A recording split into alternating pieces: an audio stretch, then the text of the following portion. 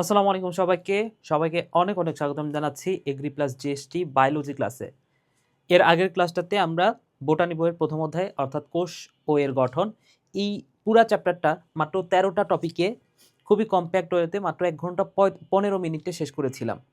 So বুঝতে পারতেছো যে ক্লাসটা কতটা কম্প্যাক্ট ছিল এবং ইনশাআল্লাহ তুমি যদি এর আগের ক্লাসটা করে থাকো, যা কিছু পড়িয়েছি সেখান থেকে কিন্তু ইনশাআল্লাহ তুমি এগ্রি এবং জিএসটি এই দুই ভার্সিটিতে কমন পাবা। আজকে দ্বিতীয় চ্যাপ্টার কোষ বিভাজন, এখানে মোট ৬টা টপিক আমরা পড়ব এবং এই ৬টা টপিক পড়লেই তোমার কিন্তু এগ্রি জিএসটি বা আরও অনেক ভার্সিটি আছে যেগুলো কিন্তু কাভার হবে, ঠিক আছে? এবং এইখান থেকে 90 to 100%ই কমন আসবে, ইনশাল্লাহ সব কিছুই কমন আসবে। সো এই পুরা ক্লাসের বৈশিষ্ট্যটা এটাই যে এই ক্লাসগুলোতে লেন্থটা খুবই কম এবং ক্লাসগুলো খুবই কম্প্যাক্ট, ঠিক আছে? মাত্র ১ ঘন্টা, হ্যাঁ ১ ঘন্টার সামান্য একটু উপরে যেতে পারে, কিন্তু বাকি যে ক্লাসগুলো আছে আমি চেষ্টা করব যে ১ ঘন্টার মধ্যে নিয়ে নেওয়ার, ঠিক আছে? তো যারা ক্লাসটা করতেছো, তোমরা যদি আগের ক্লাসটা করে থাকো অবশ্যই কমেন্ট করে জানাও এবং এই পুরা ক্লাসটা করার সময় তোমাদের যদি ক্লাসটা ভালো লাগে সেটা অবশ্যই কমেন্টে জানাবা এবং এরপরের আরও ক্লাস চাও কিনা, এটা যেহেতু ক্লাস নাম্বার ২, তোমরা কি সবগুলা ক্লাস চাও কিনা সেটাও কিন্তু কমেন্টে জানাবা, ঠিক আছে? যদি তোমাদের রেসপন্সটা ভালো থাকে, তোমরা যদি ক্লাসগুলো পছন্দ করো এবং তোমরা যদি এই ক্লাসগুলো আবারও চাও, সেই ক্ষেত্রে কিন্তু আমি পুরো সিরিজটা কন্টিনিউ করব। তো আসো আমরা ক্লাসটা শুরু করি ভাইয়েরা। ওকে, তাহলে আমরা দ্বিতীয় অধ্যায়টা শুরু করি। দ্বিতীয় অধ্যায়টার নাম হচ্ছে কোষ বিভাজন। কোষ বিভাজন এবং এইখানে আমরা মোট ৬টা টপিক পড়ব। ৬টা টপিক কি কি দেখো, ফার্স্টে আমরা কোষচক্র পড়ব।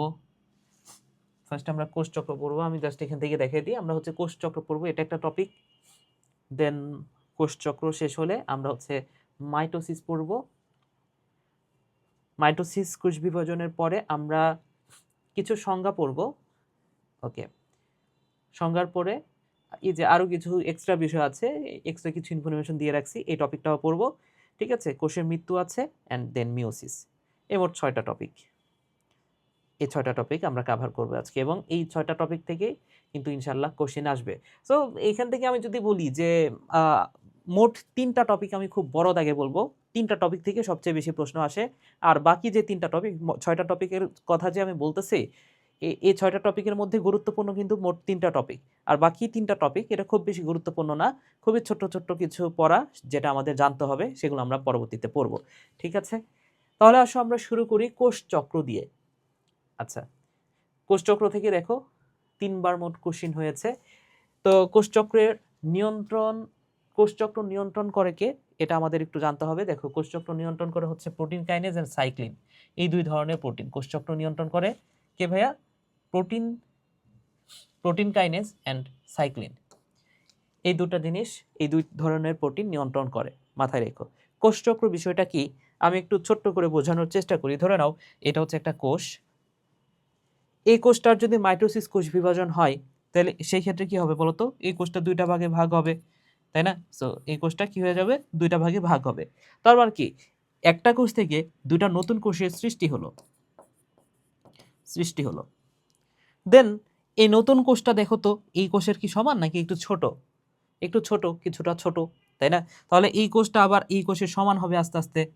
এই কোষটা, এই 2টা কোষ আগের কোষের সমান হবে, যে দেখো আগের কোষের সমান হইলো, একটু বড় হইলো।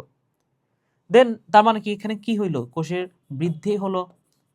দেন এই কোষটা যখন আবারও আগের কোষের সমান হলো, এই কোষের আবারও বিভাজন হবে, তাই না? এই কোষটা আবারও 2টা ভাগ হয়ে 2টা ছোট কোষের তৈরি করবে, 2টা ছোট কোষ তৈরি করলো। তাহলে দেখো তো ভাইয়া, এখানে কি হইলো? বিভাজন হইলো। এখানে কি ঘটনা ঘটলো? এই ঘটনাটার নাম হচ্ছে বিভাজন।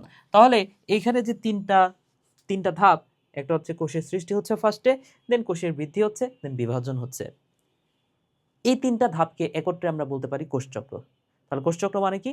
কোষের সৃষ্টি, বৃদ্ধি, বিভাজন, এই 3টা ধাপের পর্যায়ক্রমিক আবর্তনকে বলা হচ্ছে কোষচক্র। তো তোমাকে অবশ্যই সংজ্ঞা লিখতে দিবে না, তবে জাস্ট আমি একটু বোঝানোর চেষ্টা করলাম যে কোষচক্র আসলে কি। কোষচক্র এটা হচ্ছে একটা চক্র। কিসের চক্র? কি চক্র? এই যে সৃষ্টি, বৃদ্ধি, বিভাজন, এই 3টা চক্রকে একত্রে কোষচক্র বলা হয়। আচ্ছা, আমি আরেকটু বোঝানোর চেষ্টা করি। দেখো, একটা কোষ বিভাজনে যে ধাপগুলো আছে, ফার্স্টে মাইটোসিস হয়, আচ্ছা মাইটোসিস না, তার আগে ইন্টারফেজ হইতে হয়, যাই হোক মাইটোসিস লিখি। ধরে নাও একটা কোষের মাইটোসিস হলো, তার মানে কি একটা কোষ মাত্রই দুইটা ভাগে ভাগ হলো, একটা কোষ মাত্রই দুইটা ভাগ হইলো, তার মানে কি সেই কোষটার মাইটোসিস হইছে। দেন কিছু সময় পরে সেই কোষটার আবারও মাইটোসিস হবে, সেই কোষটার কি হবে, আবারও মাইটোসিস হবে। এবং এই দুইটা মাইটোসিসের মাঝখানে একটা টাইম পিরিয়ড কিন্তু থাকবে, যে টাইমে সেই কোষটা কিন্তু প্রস্তুত হবে কোষ বিভাজন করার জন্য। মাইটোসিস মানে কি? মাইটোসিস মানে হচ্ছে মাইটোসিস মানে হচ্ছে এটা একটা কোষ দুটা কোষে ভাগ হয়ে যাবে, বিভক্ত হবে, ঠিক আছে? মাইটোসিস মানে কি, ধরে নাও এটা এই কোষ দুটা কোষে পরিণত হইলো, আবারও এখানে একটা কোষ দুইটা কোষে পরিণত হবে, ঠিক আছে? কিন্তু এই যে এই দুটার মাঝখানের যে অংশটা, মাঝখানের যে দশাটা, সেই দশাটার নাম হচ্ছে ইন্টারফেজ। এই দশাটার নাম কি ভাইয়া? এই দশাটার নাম হচ্ছে ইন্টারফেজ। ইন্টারফেজ, এখানে ফেজ কথাটার অর্থ হচ্ছে দশা, আর ইন্টার কথাটার অর্থ হচ্ছে মাঝে বা মধ্যবর্তী। তাহলে ইন্টারফেজ মানে কি? ইন্টারফেজ মানে হচ্ছে মধ্যবর্তী দশা। তাহলে দুইটা মাইটোসিসের মধ্যবর্তী দশাটাকে বলা হচ্ছে ইন্টারফেজ। দুইটা মাইটোসিসের মধ্যবর্তী দশাটাই হচ্ছে ইন্টারফেজ, রাইট? ওকে, তাহলে এই যে একটা মাইটোসিস কোষ বিভাজন হলো, তারপরে ইন্টারফেজ হবে, আবারও মাইটোসিস হবে, আবারও কি হবে, আবারও হবে ইন্টারফেজ, আবারও মাইটোসিস হবে, আবারও ইন্টারফেজ, এইভাবে কি চলতেই থাকবে। তাহলে দেখো তো এটা একটা চক্র না? একবার মাইটোসিস, একবার ইন্টারফেজ, একবার মাইটোসিস, একবার ইন্টারফেজ। তাহলে এটাও একটা চক্র এবং এটাও একটা কোষ চক্র, ঠিক আছে? তাহলে কোষ চক্র মানে কি? কোষ চক্র মানে হচ্ছে মাইটোসিস প্লাস ইন্টারফেজ, এই দুটাকে একত্রে আদর করে বলা হয় কোষ চক্র। হ্যাঁ, এই দুটাকে একত্রে আদর করে বলা হয় কোষ চক্র। এখন ইন্টারফেজ মানে হচ্ছে মধ্যবর্তী দশা। কার মধ্যবর্তী দশা? দুইটা মাইটোসিসের মধ্যবর্তী দশা। এই দশায় কি হয়? কোষ প্রস্তুতি নেই। কিসের প্রস্তুতি? কোষ বিভাজন, মাইটোসিস করার প্রস্তুতি। তাহলে এই ইন্টারফেসকে আমরা আদর করে আরো একটা নামে ডাকতে পারি, এটাকে আমরা বলতে পারি এটার নাম হচ্ছে প্রস্তুতিমূলক দশা। ইন্টারফেস এটা হচ্ছে একটা প্রস্তুতিমূলক দশা, প্রস্তুতিমূলক দশা, রাইট? আচ্ছা, এবং এই ইন্টারফেস দশার নিউক্লিয়াসকে বলা হচ্ছে বিপাকীয় নিউক্লিয়াস। ইন্টারফেস দশার দশার নিউক্লিয়াসকে বলা হয় দশার নিউক্লিয়াসকে বলা হয় বিপাকীয় নিউক্লিয়াস। বিপাকীয় নিউক্লিয়াস, এই কথাটা ভাইয়া মাথায় রাখতে হবে, ঠিক আছে? এই দশার নিউক্লিয়াসটাকে বলা হচ্ছে বিপাকীয় নিউক্লিয়াস। আচ্ছা, তাহলে এবার আসো আমরা স্লাইডটাতে ফিরে যাই, আবারও ফিরে যাই। ওকে, তাহলে দেখো ইন্টারফেস সম্পর্কে আমরা কি কি শিখলাম। ইন্টারফেস হচ্ছে দুই ধরনের প্রোটিন দ্বারা এই কোষচক্র নিয়ন্ত্রিত হয় দুটো প্রোটিন দ্বারা। এরপর দেখো কোষচক্রের সময়কাল, মানবদেহের সময়কাল হচ্ছে 24 ঘন্টা, কোষচক্রের সময়কাল হচ্ছে 24 ঘন্টা, এর মধ্যে 23 ঘন্টায় ব্যয় হয় ইন্টারফেজে। তাহলে মানবদেহে 24 ঘন্টার মধ্যে 23 ঘন্টায় ব্যয় হচ্ছে ইন্টারফেস ধাপটাতে। ইস্ট কোষের সময়কাল হচ্ছে 90 মিনিট। তাহলে সময়কাল সম্পর্কে জানলাম। এরপরে দেখো উদ্দীপনা কে দিবে। সো উদ্দীপনা দুই ধরনের, কোষচক্রের দুই ধরনের উদ্দীপনা কাজে লাগে, একটা হচ্ছে বাহ্যিক উদ্দীপনা আর একটা হচ্ছে অভ্যন্তরীণ উদ্দীপনা। সো বাইরে থেকে দেখো, আমাদেরকে বাইরে থেকে কারা উদ্দীপনা দেয়? হ্যাঁ, আমাদের জিএফ আমাদেরকে উদ্দীপনা দেয়, ঠিক আছে, অর্থাৎ গ্রোথ ফ্যাক্টর। আর ভেতর থেকে কে উদ্দীপনা দিচ্ছে? আমাদের মন। সো কোষচক্রে এই মনটা হচ্ছে ধরে নাও সিডিকে, সাইক্লিন ডিপেন্ডেন্ট কাইনেজ। তাহলে সিডিকে এটা দিচ্ছে অভ্যন্তরীণ উদ্দীপনা। আর বাইরে থেকে কে উদ্দীপনা দেয় বলতো? জিএফ। কে উদ্দীপনা দেয়? জিএফ, অর্থাৎ গ্রোথ ফ্যাক্টর। জিএফ মানে কি? Growth factor. তার বাহ্যিক উদ্দীপনা দিচ্ছে গ্রোথ ফ্যাক্টর, অভ্যন্তরীণ উদ্দীপনা দিচ্ছে কে? CDK, cyclin dependent kinase. কোষচক্র মানে কি? M plus I, interphase plus mitosis, এই দুটাকে বলা হচ্ছে কোষচক্র। ইন্টারফেস, এই ধাপটা একটু দেখো, ইন্টারফেস নামটাই যদি খেয়াল করো, ইন্টারফেস মানে কি? মধ্যবর্তী দশা। মধ্যবর্তী কার মধ্যবর্তী দশা? দুইটা মাইটোসিসের মধ্যবর্তী দশা। এই দশায় প্রস্তুতি নাই একটা কোষ। তবে একটা জিনিস চিন্তা করো, তুমি কিসে পড়তেছিলে এতদিন? ইন্টারমিডিয়েটে, তাই না? সো ইন্টারমিডিয়েট মানে কি? তুমি এসএসসি দিছো এবং এইচএসসি দিবা, এই দুটার মাঝখানের যে দশাটা ছিল সেটার নাম হচ্ছে ইন্টারমিডিয়েট, তাই না? সো এই দশায় তুমি কি করতা? ইন্টারমিডিয়েটে তুমি কি করতা? তুমি প্রস্তুতি নিতে না কিসের জন্য? এইচএসসি পরীক্ষার জন্য। এখন দেখো তুমি এইচএসসি পরীক্ষা দাও মাত্র কিছুদিন, কতদিন দাও? 1 মাস দাও এইচএসসি পরীক্ষা, কিন্তু তার জন্য যে তোমার প্রস্তুতি নিতে হয়, প্রস্তুতি কতদিন লাগে? প্রায় 2 বছরের প্রস্তুতি নাও তুমি, তাই না? তাহলে প্রস্তুতি নিতে হয়, যে কোনো জিনিসের প্রস্তুতি নিতে হয় অনেক সময় ধরে। যেমন ইন্টারফেজ, এই যে 24 ঘন্টার মধ্যে 23 ঘন্টায় হচ্ছে ইন্টারফেজ, আর 1 ঘন্টা মাত্র পরীক্ষা, মাইটোসিস। বুঝছো বিষয়টা? তাহলে যেহেতু এই ইন্টারফেজ বা ইন্টারমিডিয়েট এই দশাটা অনেক বড়, এই কারণে ইন্টারমিডিয়েটকে নিশ্চয়ই ফার্স্ট ইয়ার, সেকেন্ড ইয়ার এরকম বেশ কয়েকটা ভাগে ভাগ করা হয়েছে না? হ্যাঁ, ভাগ করা হয়েছে। তাহলে ইন্টারফেজ এই দশাটা যেহেতু অনেক বড়, এটাকে 3টা স্টেপে উপদশায় ভাগ করা যায়, G1 S G2 3টে উপদশায় ভাগ করা যায়। ঠিক আছে? তাহলে ক্রমটা যদি দেখো, মাইটোসিস একবার হইলো, তারপর G1 S G2 হইলো, আবারও মাইটোসিস হবে। হ্যাঁ, অর্থাৎ এই তিনটাকে তো একত্রে আমরা ইন্টারফেজই বলি। তাহলে মাইটোসিস, ইন্টারফেজ, মাইটোসিস, যেটা আমি বুঝাচ্ছিলাম একটু আগে। যাই হোক, তাহলে আসলে ওই যে কোষচক্রে মাত্র 5 থেকে 10% সময় লাগে ইন্টারফেজ মাইটোসিস করার জন্য, এবং ইন্টারফেজের জন্য 90 থেকে 95% সময় লাগে। ঠিক আছে? তোমাদের বইয়ে এইভাবে গ্রাফটা দেখানো হয়েছে একটা গোল চিহ্ন দিয়ে, যে এটা হচ্ছে একটা গোল্লা। এই গোল্লার মাত্র 5 থেকে 10% সময় ব্যয় হয় মাইটোসিস কোষ বিভাজনে, আর ইন্টারফেজে ব্যয় হয় 90 থেকে 95% সময়। যেহেতু এই 90 থেকে 95% সময় এটা অনেক বড় একটা সময়, টাইম ডিউরেশন, এ কারণে এটাকে 3টা উপদশায় ভাগ করতে পারি, G1, একটা হচ্ছে S, এবং আরেকটা হচ্ছে G2। 3টা উপদশায় আমি চাইলে ভাগ করতে পারি।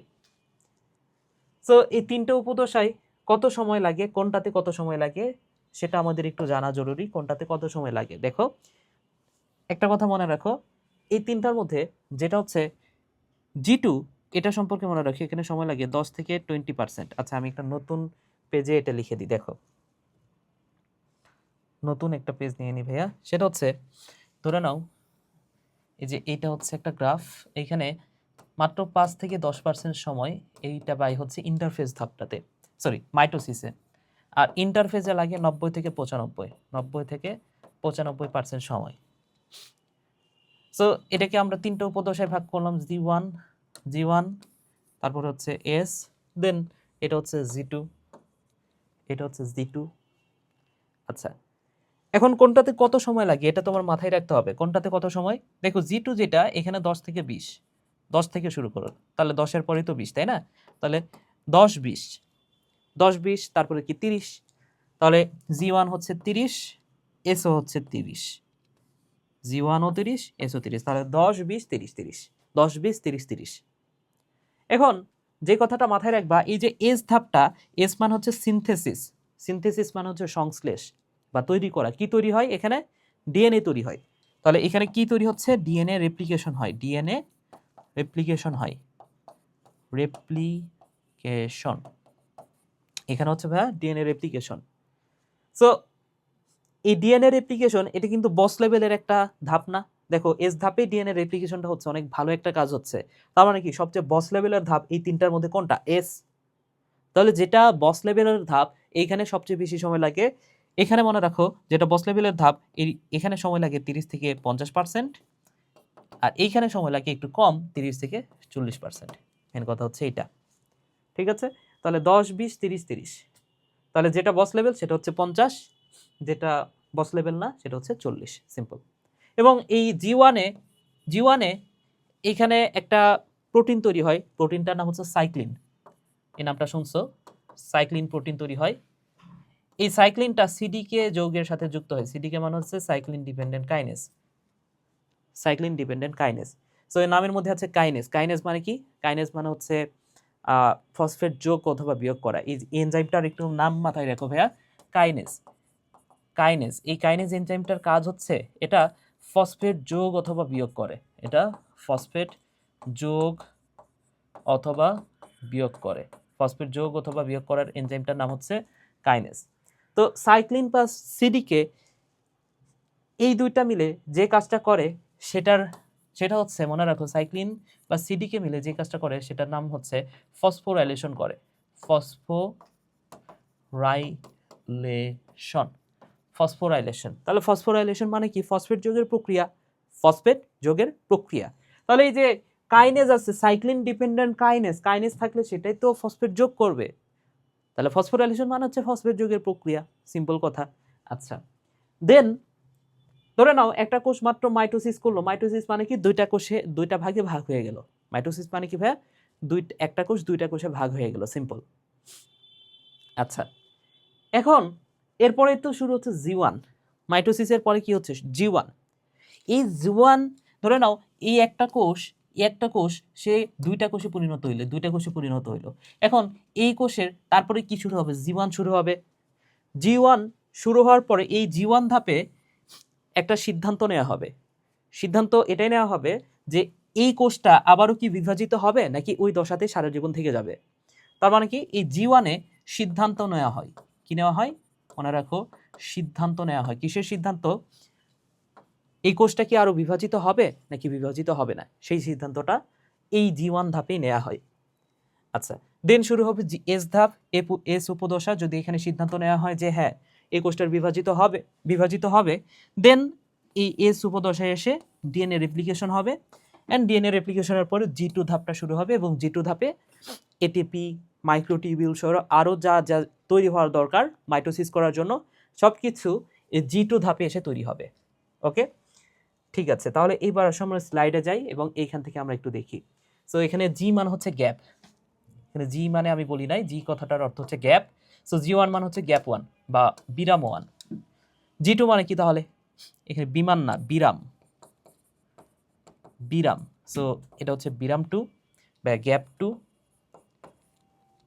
2। এবং এস মানে হচ্ছে সিনথেসিস, বা এই ধাপটাতে ডিএনএ অনুলিপন হয় বা ডিএনএ রেপ্লিকেশন হয়। আচ্ছা, সো সময়টা তো আমি বলেছি 10-20, তারপরে 30-30, যেটা হচ্ছে বস লেভেলের ধাপ, সেটা হচ্ছে 50, অ্যান্ড জি1 হচ্ছে 40। এবং এই তিনটা উপদশা অ্যাক্টিভেট করতে কোনটার কি প্রোটিন দরকার হয় বা কোন এনজাইমটা দরকার হয় সেটা আমাদের একটু জানতে হবে। এখানে হচ্ছে সিডিকে অর্থাৎ cyclin dependent kinase, পরেরটাতেও সিডিকে cyclin dependent kinase, এবং এইটা কিন্তু সিডিকে না, এটা হচ্ছে এমপিএফ অর্থাৎ ম্যাচুরেশন প্রমোটিং ফ্যাক্টর। সো এটা কি?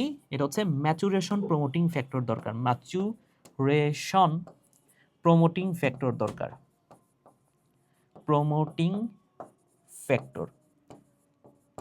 ম্যাচুরেশন প্রমোটিং ফ্যাক্টর নামটা দেখো, নামের মধ্যে আছে ম্যাচিউর হয়ে যাওয়া, অর্থাৎ একটা কোষ বিভাজিত হবে তার আগে তো তার একটা সিগন্যাল লাগবে যে হ্যাঁ ভাই ও হচ্ছে এখন ম্যাচিউর, চাইলে একে বিভাজন করা যাবে। ঠিক আছে, তাহলে এই যে এইখানে ম্যাচুরেশন প্রমোটিং ফ্যাক্টর এই কাজটাই করে যে কোনো একটা কোষ যে ম্যাচিউর হয়ে গেছে এই বিষয়টাকে প্রমোট করলে কি হবে? ওই কোষটা তারপরে হচ্ছে মাইটোসিস কোষ বিভাজনে যাবে, মাইটোসিস হবে, অ্যান্ড একটা কোষ থেকে দুইটা কোষে ভাগ হবে, সিম্পল। আচ্ছা, এখন জি1, জি2 এস এবং জি2 এই তিনটা উপদশার কিছু বৈশিষ্ট্য আছে যেটা আমাদের মাথায় রাখতে হবে। যেমন এখানে তো আমরা আগেই জানছি, এখানে শুধুমাত্র ডিএনএ অনুলিপন হবে এস ধাপে। জি1-এ কি হয়? এখানে সাইক্লিন তৈরি হয়, সিডিকে তৈরি হয়, এরা মিলে কি করে? ফসফোরাইলেশন করে, সিম্পল, আমরা পড়ছি। এবং আরেকটা কথা, এটাই হচ্ছে পরীক্ষায় এসেছিল, কৃষি ইউনিভার্সিটির ভর্তি পরীক্ষায় এসেছিল যে পরবর্তী বিভাজন প্রক্রিয়ায় অংশগ্রহণ করবে কিনা সেই সিদ্ধান্তটা কোন ধাপে নেওয়া হয়? সিদ্ধান্তটা নেওয়া হয় জি1 ধাপেই। ঠিক আছে, এই কথাটা মাথায় রেখো। আর জি2 ধাপ সম্পর্কে যে কথাগুলো মনে রাখবে, এখানে কি কি তৈরি হয়? আরএনএ তৈরি হয়, এটিপি তৈরি হয়, ডিএনএ অনুলিপন। আচ্ছা, ডিএনএ অনুলিপন তো আগেই হয়েছে, এটা বাদ দাও। আরএনএ তৈরি হচ্ছে, এটিপি তৈরি হচ্ছে, মাইক্রোটিউবিউল গঠনকারী প্রোটিন তৈরি হচ্ছে। ঠিক আছে, তাহলে আমাদের কিন্তু ইন্টারফেস শেষ। এইবার আমরা যেটা পড়ব সেটা হচ্ছে মাইটোসিস কোষ বিভাজন।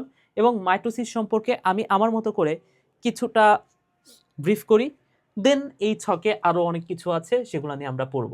ঠিক আছে, এবং এখান থেকে দেখো অনেকবার কোশ্চিন হয়েছে, ইভেন কৃষি গুচ্ছতে 22-23 সেশনে কিন্তু লাস্ট কোশ্চিন এসেছে এখান থেকে। ঠিক আছে, তো এইখান থেকে এই ছকটা, এখানে এই যে সামান্য একটু ছক, এটা পড়লে কিন্তু হয়ে যাবে। এত কিছুও পড়তে হয় না, মেন কথা হচ্ছে এটা। এখানে তো অনেক কিছু আছে, এত কিছু আসলে পড়তে হয় না। আমি খুব সংক্ষেপে বুঝাই দিচ্ছি, দেখো খুব সংক্ষেপে আমি এটা আলোচনা করব। আচ্ছা, আসো আমরা মাইটোসিস কোষ বিভাজন সম্পর্কে একটু পড়ি।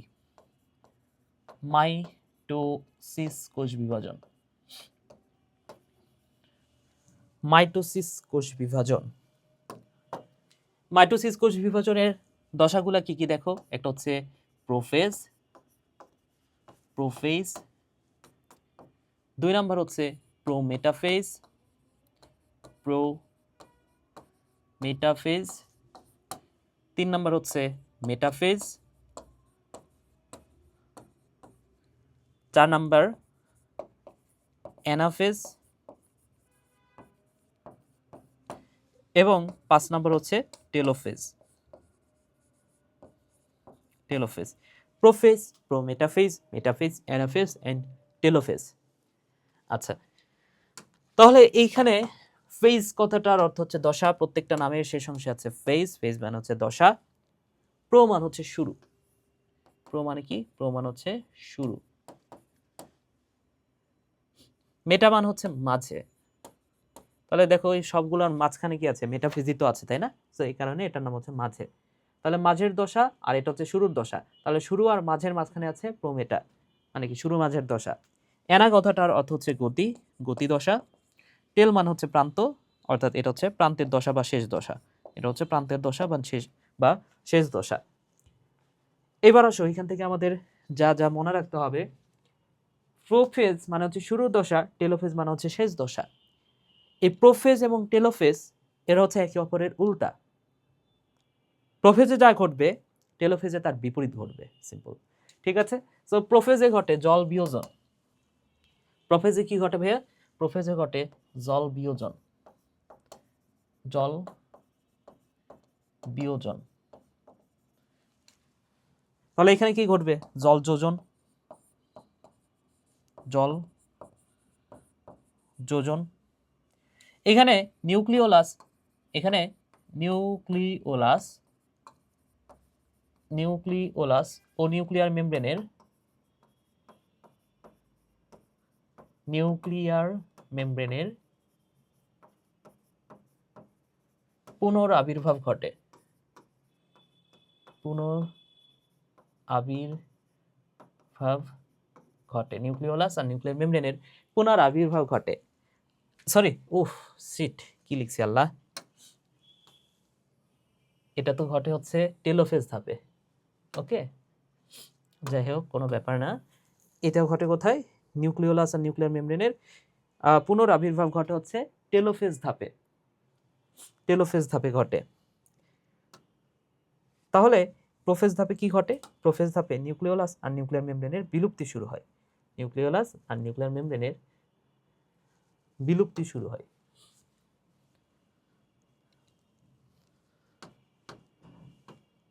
এটা সম্পর্কে মনে রাখো, নিউক্লিওলাস আর নিউক্লিয়ার মেমব্রেনের বিলুপ্তি শুরু হয়, বিলুপ্তি শুরু হয়। ঠিক আছে, আচ্ছা তাহলে দেখো আমাদের প্রোফেজ এন্ড টেলোফেজ শেষ। প্রোফেজ সম্পর্কে লাস্ট আর একটা কথা মাথায় রাখতে হবে, লাস্ট আর একটা কথা, সেই কথাটা কি, সেই কথাটা হচ্ছে এখানে ক্রোমোজোমগুলো ক্রোমাটিডে পরিণত হয়। আর ক্রোমাটিড কি, এটা নিশ্চয়ই তোমরা জানো যে একটা কোষ, কোষের মধ্যে যে নিউক্লিয়াস থাকে, নিউক্লিয়াসের ভেতরে ক্রোমোজোমগুলা এই যে এরকম পেঁচানো সুতার মতো থাকে, পেঁচানো সুতার মতো থাকে ফার্স্টে, দেন এই পেঁচানো সুতার মতো অংশটাই একসময় ক্রোমোজোমে পরিণত হয়। কোষ বিভাজনের সময় কিসে পরিণত হয়, ক্রোমোজোমে পরিণত হয়। এন্ড এই ক্রোমোজোমটা যদি ঠিক মাঝ বরাবর ভাগ করা যায়, ভাগ করলে সেটা কিসে পরিণত হবে, দেখো সেটা পরিণত হবে এই যে এরকম প্রজাপতির ডানার মতো কিছু একটা অংশে তৈরি হবে, প্রজাপতির ডানার মতো একটা অংশ তৈরি করবে। ঠিক আছে, তো প্রজাপতির ডানার মতো এই অংশ, এখানে হচ্ছে এই অংশটা হচ্ছে একটা ক্রোমাটিড, এটা একটা ক্রোমাটিড। তাহলে এখানে মোট কয়টা ক্রোমাটিড আছে, 2টা ক্রোমাটিড আছে। তাহলে ক্রোমোজোম থেকে কি তৈরি হয়, ক্রোমাটিড পরিণত হয়, আর এই ক্রোমাটিডটা পরিণত হবে প্রোফেজ ধাপেই। সো এখানে ক্রোমোজোমগুলা কিসে পরিণত হবে, ক্রোমাটিডে পরিণত হবে, এখানে ক্রোমাটিড হবে, সিম্পল। আচ্ছা, দেন প্রোমেটাফেজ ধাপটাতে একটা যন্ত্র তৈরি হয়, যন্ত্রটার নাম নিশ্চয়ই তোমরা জানো, স্পিন্ডল যন্ত্র, স্পিন্ডল যন্ত্র। আর এই স্পিন্ডল যন্ত্রে ক্রোমোজোমগুলো ডান্স করবে। ঠিক আছে, তাহলে প্রোমেটাফেজ ধাপে যেটা মনে রাখবা, এখানে একটা যন্ত্র তৈরি হয় যার নাম হচ্ছে স্পিন্ডল যন্ত্র, স্পিন্ডল যন্ত্র তৈরি হচ্ছে এবং এই যন্ত্রে ক্রোমোজোমগুলো কি করবে, ড্যান্স করবে, অর্থাৎ ক্রোমোজোমীয় নৃত্য দেখা যায়। ক্রোমোজোমীয় নৃত্য দেখা যায়। ঠিক আছে, এটা খুবই গুরুত্বপূর্ণ। এবং লাস্ট আর একটা কথা আমার সাথে মাথায় রাখো, সেটা হচ্ছে একটু আগে আমরা পড়ছি না যে নিউক্লিওলাস আর নিউক্লিয়ার মেমব্রেনের বিলুপ্তি শুরু হচ্ছে। এখানে কি হচ্ছে ভাইয়া, এখানে নিউক্লিওলাস আর নিউক্লিয়ার মেমব্রেনের বিলুপ্তি শুরু হচ্ছে, কিন্তু এইখানে প্রোমেটাফেজ সম্পর্কে মনে রাখবা, এখানে নিউক্লিওলাস আর নিউক্লিয়ার মেমব্রেনের বিলুপ্তি ঘটে। কি ঘটে? মেমব্রেনের বিলুপ্তি ঘটে, বিলুপ্তি ঘটে বা ঘটতে থাকে, ঘটতে থাকে। এই কথাটা ভাইয়া মাথায় রেখো, ঠিক আছে? আচ্ছা, মেটাফেজ, মেটা মানে হচ্ছে মাঝে। তো মাঝের দশা মেটাফেজ, মেটাফেজ না বলে তুমি বলতে পারো মোটাফেজ। কেন মোটাফেজ? কারণ এইখানে ক্রোমোজোমগুলো সবচেয়ে বেশি মোটা হয়।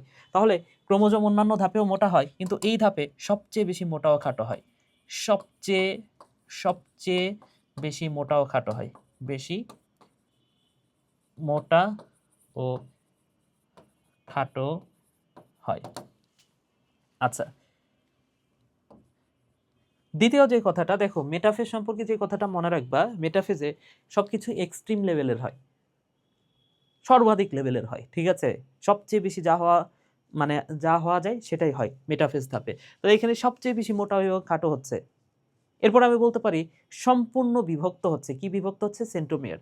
তাহলে সম্পূর্ণ, যে জোর দিয়ে যে কথাগুলো বলা যায় সেটা হচ্ছে মেটাফেজ। তাহলে এখানে সম্পূর্ণ বিভক্ত হয়, সম্পূর্ণ বিভক্ত হয়, বিভক্ত, সম্পূর্ণ বিভক্ত হয়। কি বিভক্ত হয়? সেন্ট্রোমিয়ার, সেন্ট্রোমিয়ার সম্পূর্ণ বিভক্ত হয়। আচ্ছা, দেন সম্পূর্ণ বিভক্ত হয়। এবং আরেকটা মনে রাখো, এখানে সবচেয়ে বেশি মোটা এবং খাটো হচ্ছে, সম্পূর্ণ বিভক্ত হচ্ছে এবং সম্পূর্ণ বিলুপ্ত হয়। কিসের বিলুপ্ত হয়? যে নিউক্লিওলাস আর নিউক্লিয়ার মেমব্রেনে সম্পূর্ণ বিলুপ্তি ঘটে।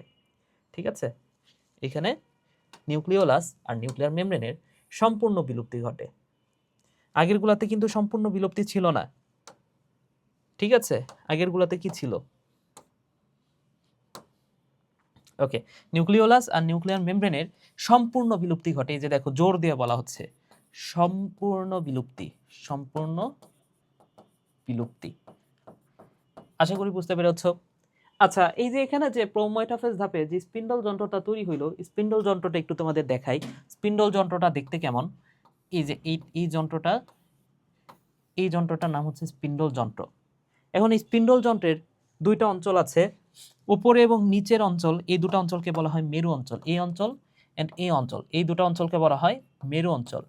আর মাঝখানের যে অঞ্চলটা, সেই অঞ্চলটার নাম হচ্ছে বিষুবীয় অঞ্চল। এটা হচ্ছে বিষুবীয় অঞ্চল। আচ্ছা, এখন এই জায়গাগুলোতে ক্রোমোজোম থাকে, এই জায়গাগুলোতে ক্রোমোজোম থাকে। হ্যাঁ, এইখানে ধরে নাও যে ক্রোমোজোম আছে, এইখানেও ক্রোমোজোম আছে। তো যে জায়গাগুলোতে বা যে এই পুরা যন্ত্রটার নাম হচ্ছে স্পিন্ডল যন্ত্র, এবং এক একটা তন্তুকে বলা হচ্ছে স্পিন্ডল তন্তু। এখন সব স্পিন্ডল তন্তুতে তো ক্রোমোজোম নাই। যে স্পিন্ডল তন্তুগুলাতে ক্রোমোজোম থাকে, সেই স্পিন্ডল তন্তুগুলাকে আদর করে আমরা বলি ট্রাকশন ফাইবার বা আকর্ষণ তন্তু। তাহলে এই স্পিন্ডল তন্তুতে ক্রোমোজোম আছে, তাই এটাকে আমরা আদর করে বলবো ট্রাকশন ফাইবার, ট্রাকশন ফাইবার বা আকর্ষণ তন্তু বা আকর্ষণ তন্তু, রাইট? ওকে, ঠিক আছে। তাহলে এই পুরা যন্ত্রটার মাঝখানের অঞ্চলটা কোনটা দেখো তো? এই যে এই অঞ্চলটা বিষুবীয় অঞ্চলটা, বিষুবীয় অঞ্চলটাই হচ্ছে মাঝের অঞ্চল, তাই না? তাহলে এই মেটাকাইনেসিস, মতে একটা ওয়ার্ড মনে রাখো, মতে মেটাফেজ, মতে মনে রাখো মেটাকাইনেসিস, মতে মেটাফেজ, মতে মেটাকাইনেসিস, মেটাকাইনেসিস। সো নামের শেষ অংশে আছে সিস মানে প্রক্রিয়া, কাইনেসিস নামটা হয়তোবা শুনে থাকবা, kinetic energy. So kinetic energy মানে হচ্ছে গতিশক্তি। তাহলে কাইনেসিস মানে কি? গতির প্রক্রিয়া। আর মেটা মানে তো আমরা জানি, মেটা মানে হচ্ছে মাঝে। তাহলে মেটাকাইনেসিস মানে কি? মেটাকাইনেসিস মানে হচ্ছে মাঝে গতির প্রক্রিয়া, রাইট? তাহলে এই পুরা যন্ত্রটার মাঝখানের অঞ্চল কোনটা? মাঝখানের অঞ্চল হচ্ছে এই যে বিষুবীয় অঞ্চলটা। তাহলে মেটাকাইনেসিস মানে আমি বলতে পারি বিষুবীয় অঞ্চলে গতির প্রক্রিয়া। বিষুবীয় অঞ্চলে গতির প্রক্রিয়া, গতির প্রক্রিয়া, এই কথাটা ভাইয়া মাথায় রেখো, ঠিক আছে? আচ্ছা, দেন অ্যানাফেজ, অ্যানা কথাটার অর্থ হচ্ছে গতি। সো অ্যানাফেজ ধাপে মনে রাখো ক্রোমোজোমগুলো গতিপ্রাপ্ত হয়। কোন দিকে গতিপ্রাপ্ত হবে? এই যে মেরুর দিকে, এই দিকে অ্যান্ড এই দিকে। তাহলে মেরুমুখী চলন দেখা যায় কোন ধাপে? অ্যানাফেজ ধাপে। এই ধাপে মেরুমুখী চলন দেখা যায়। এবং লাস্ট আরেকটা কথা মনে রাখো, প্রতিবন্ধী ভাষা তোমরা হয়তোবা নাম শুনে থাকতেও পারো। প্রতিবন্ধী ভাষা মানে হচ্ছে যেমন গুড মর্নিং, গুড নাইট, এগুলো আমরা খুব সংক্ষেপে লিখি না? GDM9 গুড মর্নিং, তাই না? তারপর হচ্ছে R8 মানে হচ্ছে রাইট, W8 মানে হচ্ছে ওয়েট। সো এইভাবে যে কথা বলি, এরকম একটা কথা মাথায় রাখো, সেটা হচ্ছে VL, এই পাশে লিখি, একটা প্রতিবন্ধী ভাষা হচ্ছে VLJIMSAT, ভুলে যাই মিস্টার স্যাট, ভুলে যাই মিস্টার স্যাট। তো এই ভুলে যাই মিস্টার স্যাট আশা করি তোমরা ভুলবা না, ঠিক আছে? VLJI মিস্টার স্যাট। সো এম মানে কি? মেটাসেন্ট্রিক। এম মানে হচ্ছে মেটাসেন্ট্রিক। এস মানে হচ্ছে সাবমেটাসেন্ট্রিক।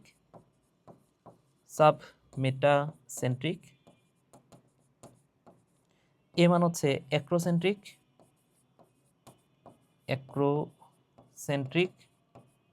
এবং টি মানে হচ্ছে টেলোসেন্ট্রিক।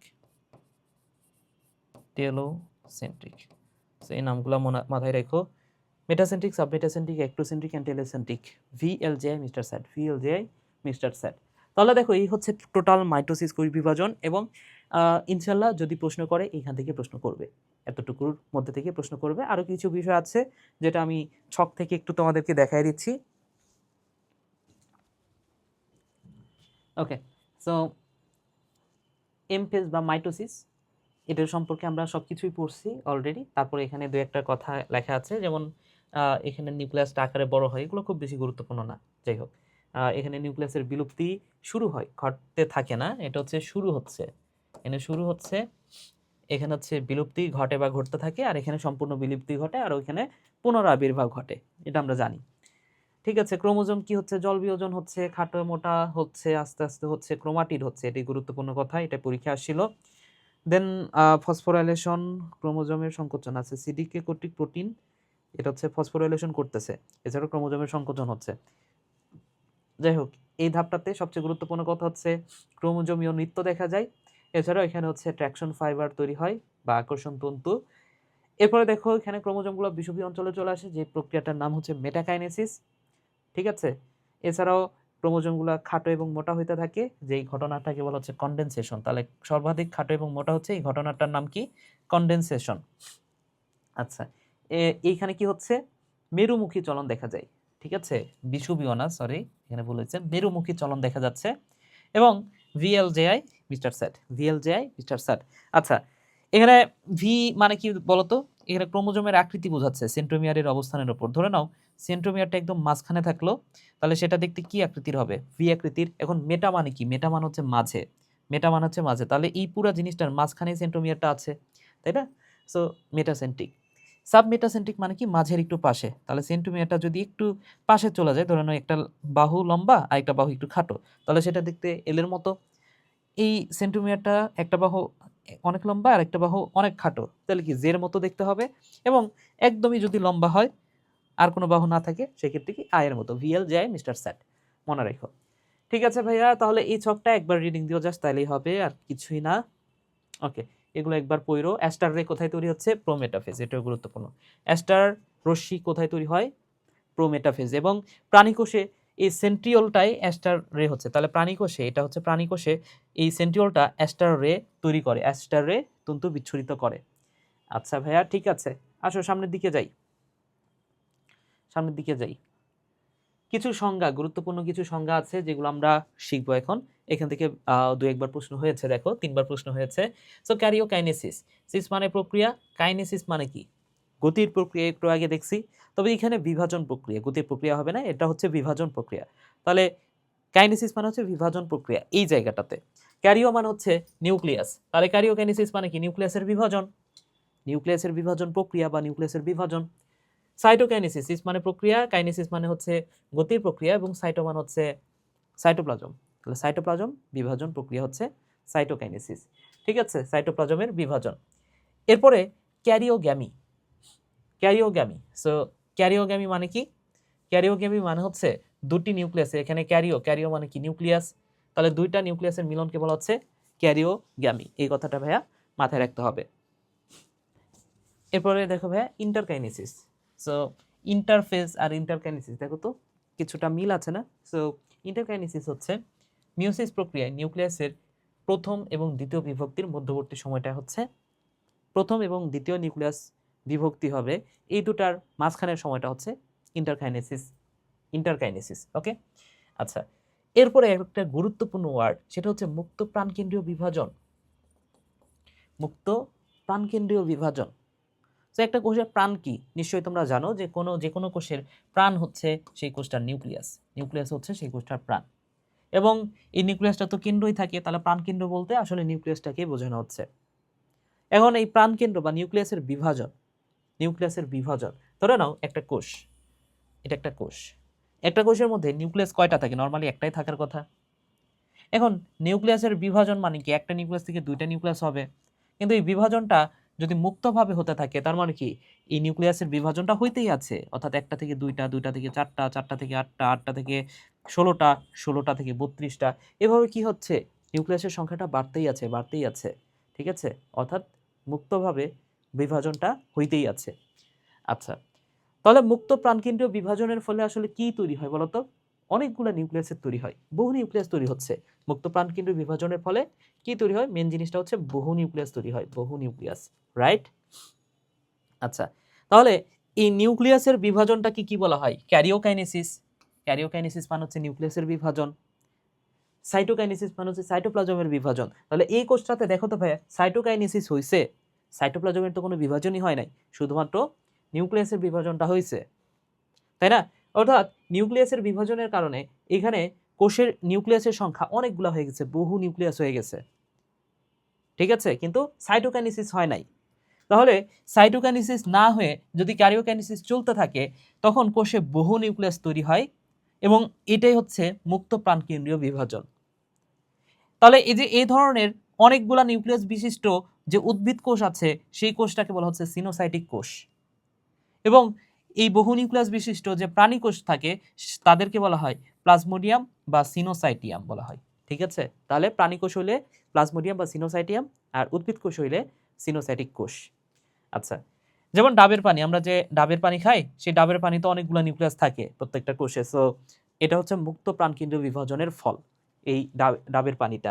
আচ্ছা, আরো কিছু গুরুত্বপূর্ণ আমরা গুরুত্বপূর্ণ কিছু কথা, কয়েকটা লাইন শিখি। যেমন হচ্ছে পেঁয়াজের মূলে 16টা ক্রোমোজোম থাকে, এটা পরীক্ষায় আসছিল। এছাড়া পাপিলোমা ভাইরাসের B6 এবং B7 নামে দুইটি জিনের পরিবর্তনে কি হয়? টিউমার সৃষ্টি হয়। ঠিক আছে, টিউমার বা ক্যান্সার হয়।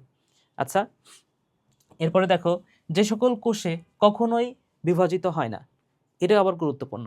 যে কোষগুলা কখনোই আর বিভাজিত হয়, মানে কখনোই বিভাজিত হয় না, যেমন মানুষের প্রাণীদেহে স্নায়ু কোষ, এটা কখনোই বিভাজিত হয় না। এছাড়াও পেশি কোষ আছে, হৃৎপেশি কোষ আছে, এরপরে পরিণত জনন কোষ, গ্যামিট, হ্যাঁ গ্যামিট মানে কি? ডিম্বাণু শুক্রাণু, এরা বিভাজিত হবে না। সকল পরিণত কোষ, পরিণত কোষ কি আর বিভাজিত হবে? সে তো পরিণত হয়ে গেছে, যেমন WBC, RBC, প্লেটলেট। এছাড়াও উদ্ভিদের স্থায়ী কোষ, এরা কখনোই বিভাজিত হয় না। এবং এই স্নায়ু কোষ, এটা পরীক্ষা ছিল যে স্নায়ু কোষ বিভাজিত হয় না। আচ্ছা, যে সকল কোষ দ্রুত বিভাজিত হয়, সমতু দিয়ে মনে রাখতে পারো। সমতু মানে কি? শীর্ষ, কোনো একটা মূল বা কাণ্ডের শীর্ষ, এছাড়া মেরিস্টেম, এছাড়া ভ্রূণ, এই কোষগুলা দ্রুত বিভাজিত হচ্ছে। দেখো, শীর্ষ মানে কি? একদম অগ্রভাগ, ওই জায়গাতে তো বিভাজন হবে, খুব দ্রুত বিভাজন হবে। আচ্ছা, ঠিক আছে, ভালো কথা। আসো, কোষের মৃত্যু দুই ধরনের, কোষের মৃত্যু দুই ধরনের, এখান থেকে একবার কোশ্চিন হয়েছে। So apoptosis, necrosis. এই অ্যাপোপ্টোসিস আমরা গত ক্লাসেও দেখেছি, মাইটোকন্ড্রিয়া অ্যাপোপ্টোসিস নিয়ন্ত্রণ করে, গত ক্লাসে আমরা পড়েছি। এখন অ্যাপোপ্টোসিস মানে কি? যদি জেনেটিক্যালি এমনি এমনি মৃত্যু হয়ে যায়, কোষের জন্ম আছে, মৃত্যু আছে, তাহলে এই যে অটোমেটিক যে মৃত্যুটা, সেটা হচ্ছে অ্যাপোপ্টোসিস। যেমন RBC 120 দিন পর পর মারা যাবে, আরবিসি 120 ডেজ পরপর মারা যায়, পরপর মারা যাবে, এটা হচ্ছে অ্যাপোপ্টোসিস। আর নেক্রোসিস নামটার সাথে নিউট্রিশন বিষয়টা মিলাচ্ছে। নিউট্রিশন মানে কি? পুষ্টি। সো পুষ্টির অভাবে যদি মৃত্যু হয় সেটা হচ্ছে নেক্রোসিস, বা বিষাক্ত দ্রব্যের কারণে যদি মৃত্যু হয় সেটা হচ্ছে নেক্রোসিস। হ্যাঁ, ধরে নাও যে বিষ খাইছে কেউ, বিষ খাইলে কি হবে? বিষ খাইলে তার দেহের কোষগুলো মারা যেতে থাকবে, তাই না? সো এই বিষের কারণে মারা যাচ্ছে, বা পুষ্টি নাই, খাইতেছো না, পুষ্টি নাই, সো পুষ্টির অভাবে যদি মারা যায় সেটা হচ্ছে নেক্রোসিস। তাহলে কোষ দুইভাবে মারা যায়, একটা হচ্ছে পুষ্টির অভাবে, আর একটা এমনি এমনি। আচ্ছা, এইবার আসো মেইন যে পড়াটা, মিওসিস, এবং এটা আমাদের লাস্ট পড়া, ঠিক আছে? এই যে মাত্র 1 পেজ। তাহলে কয় পেজ পড়লাম ভাইয়া? কয় পেজ? 3 পেজ 4 পেজ পড়ছি, 3 পেজ 4 পেজ পড়ছি, তাই না? শেষ। তাহলে মায়োসিস সম্পর্কে আমাদের যে কথাটা, যে পড়াগুলো পড়তে হবে, যেমন মায়োসিসে নিউক্লিয়াসের বিভাজন হয় 2 বার, আর ক্রোমোজোমের বিভাজন হয় 1 বার। সো এই প্রশ্নটাই 2 বার আসছে, সিম্পল একটা প্রশ্ন। সো এটা আমি যেভাবে মনে রাখতাম, দেখো ক্রোমোজোম আর নিউক্লিয়াস। সো নিউক্লিয়াস, এটা তুমি যদি জাস্ট এইভাবে লিখো, দেখো তো এটা দেখতে 2 এর মতো মনে হচ্ছে না? সো নিউক্লিয়াসের বিভাজন হয় 2 বার।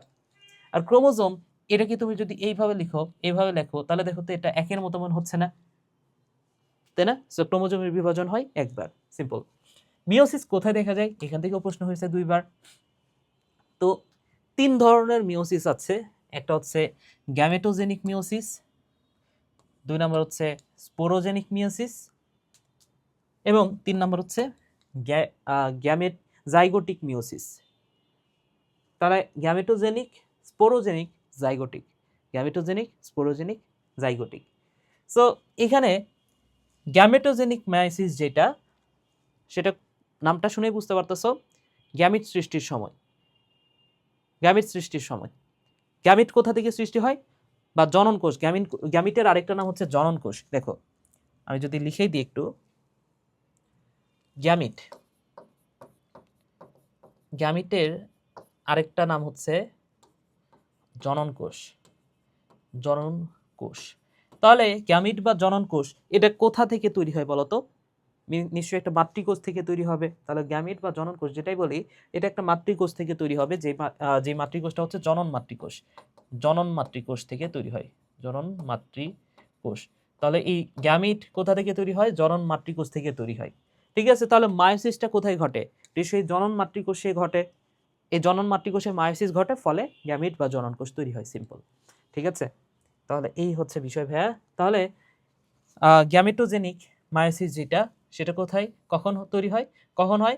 গ্যামেট সৃষ্টির সময়, ঠিক আছে? অর্থাৎ এটা ঘটে জনন মাতৃকোষে ঘটে, জনন মাতৃকোষে ঘটে, বললামই তো একটু আগে। বা এটা আমি বলতে পারি কোথায় ঘটে, যৌন কোষে ঘটে, জনন মাতৃকোষ অথবা যৌন কোষ যেটাই বলি, ঠিক আছে? এটা ঢাকা ভার্সিটির প্রশ্ন, যে যৌন কোষে গ্যামেটোজেনিক মায়োসিস কোথায় ঘটে? যৌন কোষে ঘটে। এটা একটা ঢাকা ভার্সিটির কোশ্চিন। আচ্ছা, তাহলে যৌন কোষে ঘটে। সকল উন্নত প্রাণী, নিম্ন শ্রেণীর কিছু উদ্ভিদে এই গ্যামেটোজেনিক মায়োসিস দেখা যায়, ঠিক আছে? আচ্ছা, স্পোরোজেনিক মায়োসিস মানে কি? স্পোরোজেনিক মায়োসিস মানে হচ্ছে মস, ফার্ন সহ সকল উন্নত উদ্ভিদে স্পোর মাতৃকোষে ঘটে, ঠিক আছে? উদ্ভিদে স্পোর মাতৃকোষ থেকে স্পোর তৈরি করার সময় স্পোরোজেনিক ঘটে, তাই, ঠিক আছে? তাহলে এই সকল উদ্ভিদে স্পোর মাতৃকোষ থেকে,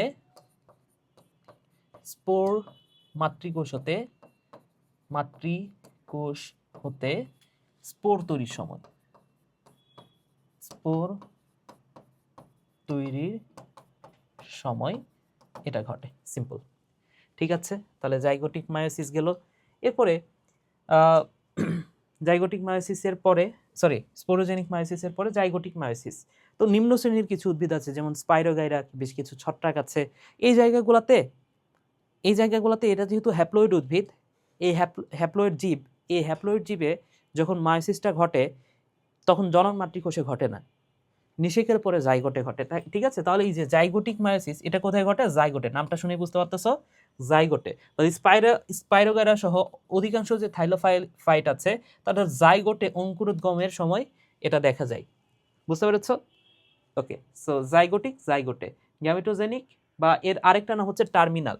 গ্যামেটোজেনিকের আরেকটা নাম কি ভাইয়া? এটার আরেকটা নাম টার্মিনাল, টার্মিনাল, ঠিক আছে? সো একটা কাজ করতে পারো, এই যে এই শীটটা তোমরা চাইলে কপি করে ফেলতে পারো, এই শীটটা তোমরা চাইলে কপি করে ফেলতে পারো, এবং কপি করে পাশে লিখে রাখতে পারো। এই শিটটা এখনো তৈরি হয় নাই, তবে দ্রুত তৈরি করে ফেলবো, তারপরে তোমাদেরকে আমি প্রোভাইড করার চেষ্টা করবো এটা। ঠিক আছে? আচ্ছা, ওকে ভাইয়া, এবার আসো মায়োসিস।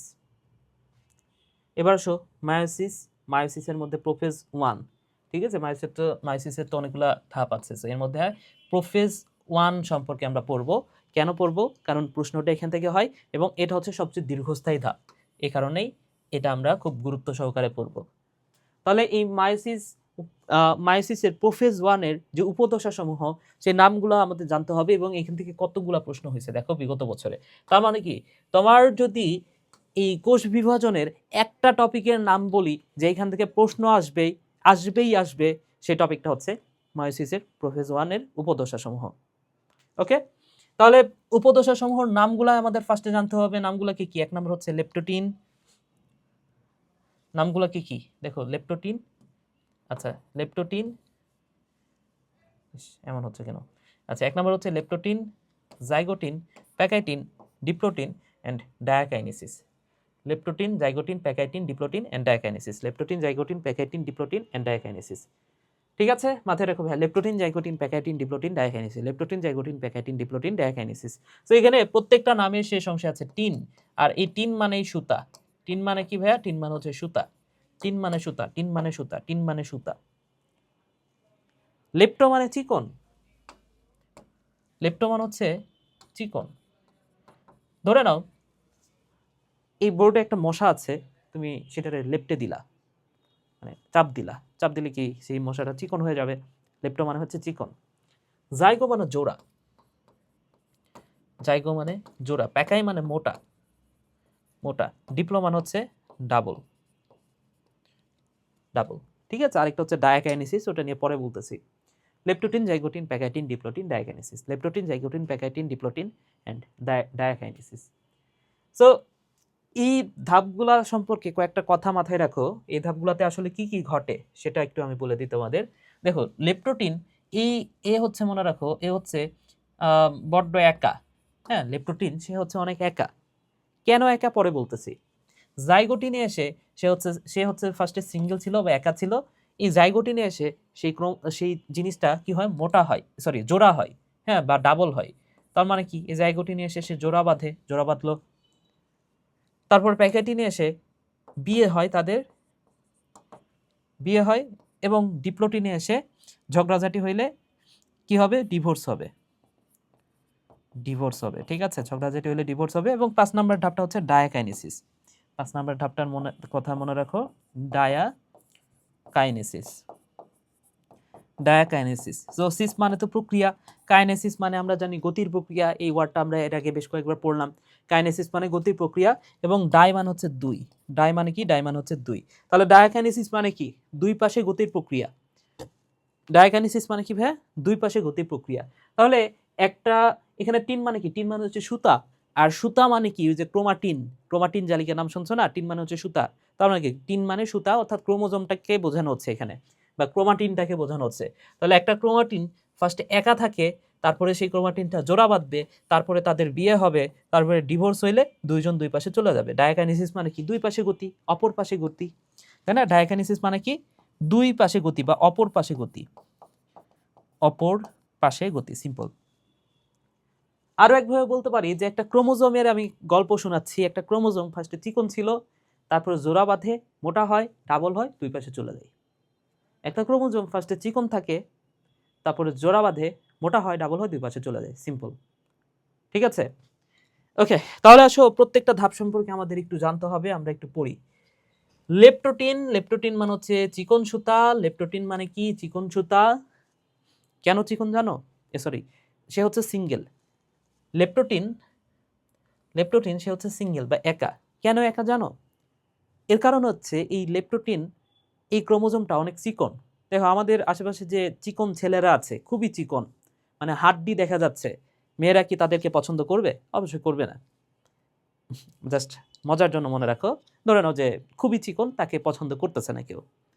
তার মানে কি, যে ক্রোমোজোমটা অনেক বেশি চিকন, সেই ক্রোমোজোমটা কিন্তু অন্য ক্রোমোজোমও পছন্দ করবে না। ঠিক আছে, এখন এই ক্রোমোজোমের তাহলে ফার্স্ট প্রায়োরিটি কি হবে বলতো? সেই কি চাইবে বলতো? তার জীবন চলে যায়, তার মোটা হইতে হবে। তাই না? আমার একটা ফ্রেন্ড আছে, ও হচ্ছে জিমে যায় মোটা হওয়ার কারণে, আর আমি জিমে যাই চিকন হওয়ার কারণে। ঠিক আছে? কেন? কারণ ও অনেক চিকন। ঠিক আছে? আমি আবার অনেক মোটা। সো এই কারণে আমরা হচ্ছে জিমে যাই। সো দেখো ভাইয়া, এই ক্রোমোজোমটা সে অনেক চিকন, তাহলে কি তার ফার্স্ট প্রায়োরিটি হবে মোটা হওয়া। আর ক্রোমোজোমের মোটা হওয়ার প্রসেসটাই হচ্ছে জল বের করে দেওয়া, জল বিয়োজন করা। তার দেহের মধ্যে জল থাকলে সে হচ্ছে চিকন হয়ে থাকবে, আর জলটা বের করে দিলে সে খাটো হবে, মোটা হবে। ঠিক আছে? তাহলে এই ক্রোমোজোমটা যেহেতু চিকন, সে হয় ডাবল, সে একা আছে, ডাবল হতে চায়, সে কি করবে বলতো? জল বিয়োজন করে সে একটু মোটা কাটা হবে। এবং যখনই সে জল বিয়োজন করে একটু মোটা হয়, তখনই তার মনে একটু রং লাগে। ঠিক আছে? মনে লাড্ডু ফোটে। তাহলে যখনই হচ্ছে জল বিয়োজন করে একটু মোটা হচ্ছে, সেই সময়টাতে কি হয় বলতো? সেই সময়টাতে তার মনে একটু রং লাগে, অর্থাৎ রঞ্জক ধারণ ক্ষমতা প্রাপ্ত হয়। এখানে আরেকটা কথা মনে রাখো, রঞ্জক ধারণ ক্ষমতা প্রাপ্ত হয়, ধারণ ক্ষমতা প্রাপ্ত হচ্ছে, রঞ্জক ধারণ ক্ষমতা প্রাপ্ত হয়। তাহলে মনে রং লাগলো। যখন কারো মনে রং লাগে, দেখবা যে আশেপাশের মানুষ বা মুরব্বীরা, এলাকার যারা মুরব্বী আছে, তারা কিন্তু বলে যে আরে ছেলেটার তো রং লাগছে মনে। এই কথাটা বলে না যে আরে ছেলেটার তো রং লাগছে, হ্যাঁ বিয়ে দিতে হবে, এরকম বলে না? তো এই ক্রোমোজোমের মনেও যেহেতু রং লাগছে, সে কিন্তু এখন দৃষ্টিগোচর হবে সবার চোখে। কার চোখে? এই যে অণুবীক্ষণ যন্ত্রের দৃষ্টিগোচর হবে সবার কাছে। ঠিক আছে? অর্থাৎ অণুবীক্ষণ যন্ত্রে দৃষ্টিগোচর হয়। আচ্ছা, দেন যেই কথাটা আমাদের মাথায় রাখতে হবে, দেখো এই বয়সে কি আমাদের একটু ব্রণ ট্রণ ওঠে না?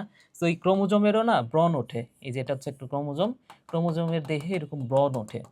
তো ক্রোমোজোমের ব্রণটাকে বলা হয় ক্রোমোমিয়ার। মিয়ার মানে হচ্ছে অংশ, ক্রোম মানে হচ্ছে রং বা ক্রোমোজোম।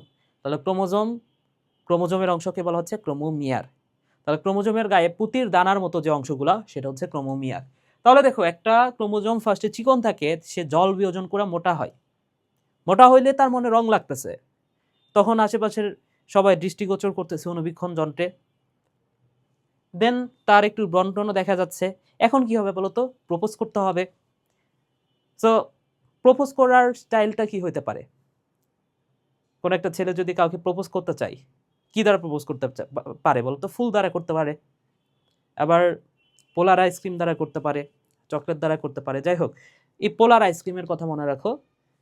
এই ক্রোমোজোমটা চায় যে হ্যাঁ আমি পোলার আইসক্রিম দ্বারা প্রপোজ করতে পারি। ঠিক আছে? অর্থাৎ এই ক্রোমোজোমের পোলারাইজড বিন্যাস দেখা যায়। কি দেখা যায়? পোলারাইজড বিন্যাস। আর আবার হচ্ছে ফুল দ্বারাও প্রপোজ করতে চায়। তাহলে এই পোলারাইজড বিন্যাস মানে হচ্ছে এই যে ফুলের তোড়ার মতো দশা, ফুলের তোড়ার মতো হয়ে যায়। ঠিক আছে? তাহলে ফুলের তোড়া বা পোলার আইসক্রিম দ্বারা প্রপোজ করতে চাচ্ছে। ঠিক আছে ভাইয়া, এই কথাটা মাথায় রাখো। এবং শেষে যে কথাটা ভাবে যে ফুল বা পোলার আইসক্রিম যেটাই দিই, রিজেক্ট খাওয়ার তো সম্ভাবনা থাকে, তাই না? সো রিজেক্ট যাতে না খাই, এই ক্রোমোজোমটা এবার যে কাজটা করে, যে ফুল আর পোলার আইসক্রিম দিলে তো রিজেক্ট করতেও পারে, তাই না? সো আমি যে কাজটা করি যে ফুলটা না দিয়ে আমি মনটাই দিয়ে দিই। অর্থাৎ একটা ক্রোমোজোমের ভেতরে সবচেয়ে বেশি কি থাকে বলতো? তার মন হচ্ছে ডিএনএ। সো ডিএনএ সে দ্বিগুণ করে এবং ডিএনএটাই দিয়ে দেয়। তাহলে এবার তো আর ব্রেকআপ হওয়ার বা এবার তো হচ্ছে রিজেক্ট করার কোনো সম্ভাবনা নাই, তাই না? তাহলে দেখো ঘটনাটা কি হচ্ছে, একটা ক্রোমোজোম সে খুবই একা, কারণ সে চিকন, সে মোটা হওয়ার জন্য জল বিয়োজন করে, তার মনে রং লাগে, তারপরে সে দৃষ্টিগোচর হয় অণুবীক্ষণ যন্ত্রে, তার ব্রণ দেখা যাচ্ছে, দেন প্রপোজ করার চেষ্টা করে পোলার আইসক্রিম বা ফুল দ্বারা, কিন্তু পরবর্তীতে করে না। সে কি করে? ডিএনএ অনুলিপন করে, ডিএনএ দ্বিগুণ করে এবং ডিএনএটা দিয়ে দিচ্ছে, এরকম ভাবো।